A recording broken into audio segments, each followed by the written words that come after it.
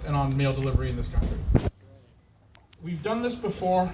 We've had a few of these over the years, even this year, and I didn't think it could get worse.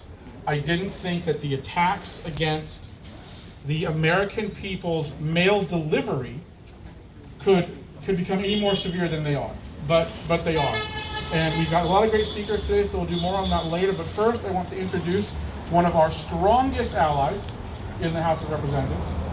He has been fighting for us for ever, long before I became involved with the postal workers and in postal issues. Please welcome Congressman Earl Blumenauer. Okay. Thank you.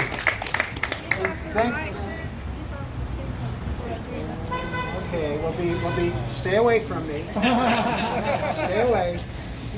We'll be socially distanced, and I won't spit. But when I think about what is happening to the post office, it's hard not to spit. I mean, this is outrageous. We have come together repeatedly to try and protect the most trusted service the federal government provides. Postal service is number one. That's right.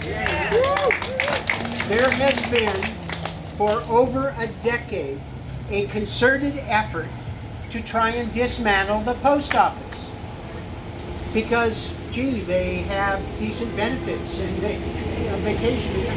It is outrageous what is happening in terms of putting in charge of the post office an unqualified Republican hack with no experience with the Postal Service or organization on this scale. They have had an artificial requirement that produces phony deficits. They required the post office to do something no other company or government in the United States does. Pay for health care for retirees that haven't even been hired yet. And that has created billions of dollars of phony deficits that has been bled away from the service that Americans rely upon. And right now, in the middle of the COVID-19 crisis, it's more essential than ever. I hear from senior citizens who rely on the post office to be able to deal with things like prescription drug delivery. People are involved with things like Amazon and other services, but they rely on the post office to deliver the last mile. And then, democracy is at stake. We've heard the bloviator in the White House talk about delaying the election this fall. You can't do it. It's unconstitutional. But he is doing everything he can to undermine confidence in our postal service and mail-in balloting. At a time when we have so many poll workers across the country who are in the target range. They're older. They are, in some cases, a little questionable health. It's hard to get the staffing for the poll workers.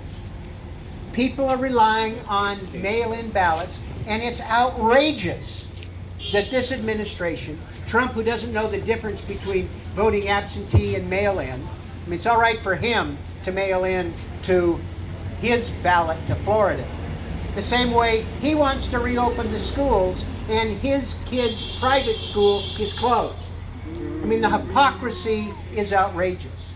But we can't allow them to continue to assault the post office. That's what's going to keep the democracy going. We have pioneered mail-in balloting in Oregon for 25 years. In the House of Representatives, we were able to put in H.R. 1, the first bill we passed, the extension of Oregon's mail-in ballot for national activity. And it's in Mitch McConnell's legislative graveyard. We're not going to take this lying down. The House Democrats are committed to spending the billions of dollars necessary to protect the Postal Service and to fight back, to expand mail-in balloting, to protect the essence of our democracy. Thank you for being here. Thank you for standing up for the Postal Service and the dedicated men and women who provide that service, not unlike other frontline workers. And it's time for us to recognize frontline workers. I see UFCW here, the people who are in our grocery stores now. Postal workers, respect the men and women who keep America working. But let's start here today with the post office. Thank you.